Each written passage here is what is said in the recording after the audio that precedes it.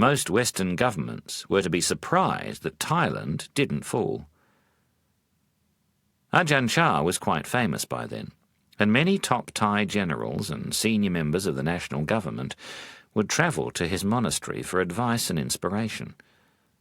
I had become fluent in Thai and some Lao, and so gained an insider's understanding of the seriousness of the situation. The military and the government were not as concerned with the Red Armies outside their borders as they were with the communist activists and sympathisers within their own nation. Many brilliant Thai university students had fled to the jungles in northeast Thailand to support an internal Thai communist guerrilla force. Their weaponry was supplied from beyond Thailand's borders, as was their training. But the villagers in the pink parts of the region gladly supplied their food and other requirements. They had local support. They were an ominous threat. The Thai military and government found the solution in a three-part strategy. 1. Restraint. The military did not attack the communist bases, though every soldier knew where they were. When I was living the life of a wandering monk in 1979 to 1980, seeking out the mountains and jungles to meditate in solitude, I would run into the army patrols and they would give me advice. They would point to one mountain and tell me not to go there. That was where the communists were. Then they would point to another mountain and tell me that was a good place to meditate. There were no communists there. I had to heed their advice. That year the communists had caught some wandering monks meditating in the jungle and killed them, after torturing them, I was told. 2. Forgiveness. Throughout this dangerous period, there was an unconditional amnesty in place. Whenever one of the communist insurgents wanted to abandon his cause, he could simply give up his weapon and return to his village or university. He would probably experience surveillance, but no punishments were imposed. I reached one village in Khao Wong district a few months after the communists had ambushed and killed a jeep full of Thai soldiers outside their village. The young men of the village were mostly sympathetic to the communist soldiers, but not actively fighting.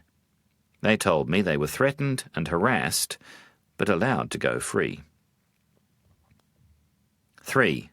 Solving the root problem. During these years I saw new roads being built and old roads being paved in the region. Villagers could now take their produce to town to sell. The King of Thailand personally supervised and paid for the construction of many hundreds of small reservoirs with connected irrigation schemes, allowing the poor farmers of the northeast to grow a second crop of rice each year. Electricity reached the remotest of hamlets, and with it came a school and a clinic. The poorest region in Thailand was being cared for by the government in Bangkok, and the villagers were becoming relatively prosperous. A Thai government soldier on patrol in the jungle told me once, "We don't need to shoot the communists. They are fellow Thais.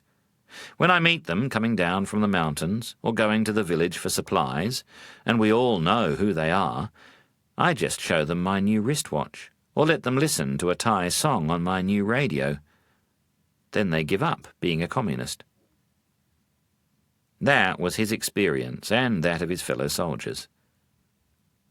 The Thai communists began their insurgency so angry with their government that they were ready to give their young lives. But restraint on the part of the government helped to prevent their anger being made worse. Forgiveness, through an amnesty, gave them a safe and honourable way out. Solving the problem, through development, made the poor villagers prosperous. The villagers saw no need to support the communists anymore. They were content with the government they already had. And the communists themselves began to doubt what they were doing, living with such hardships in the jungle-covered mountains. One by one they gave up their guns and returned to their family, their village or their university. By the early 1980s there were hardly any insurgents left. So then the generals of the jungle army, the leaders of the communists, also gave themselves up. I remember seeing a feature article in the Bangkok Post of a sharp entrepreneur who was taking Thai tourists into the jungle to visit the now abandoned caves from where the communists once threatened their nation. What happened to those leaders of the insurgency? Could the same unconditional offer of amnesty be applied to them? Not quite. They were not punished nor exiled.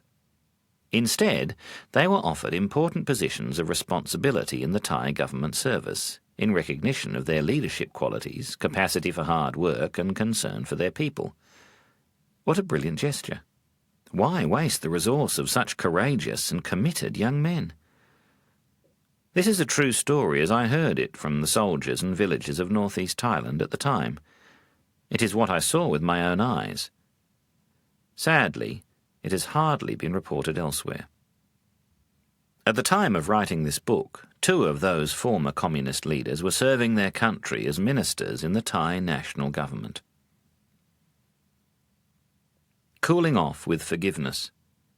When someone has hurt us, we don't have to be the one who punishes them.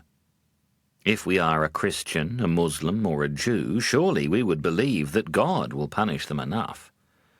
If we are a Buddhist, a Hindu, or a Sikh, we would know that karma will provide our assailant with their just deserts. And if you are a follower of the modern religion of psychotherapy, you know that your assailant will have to go through years of expensive therapy because of their guilt. So why do we have to be the one who teaches them a lesson? Considering wisely, we discover that we don't have to be the executioner. We are still doing our public duty when we let go of our anger and cool off with forgiveness. 2 of my fellow Western monks were having an argument. One of the monks was a former US Marine who had fought as a grunt, frontline soldier, in the Vietnam War and had been badly wounded.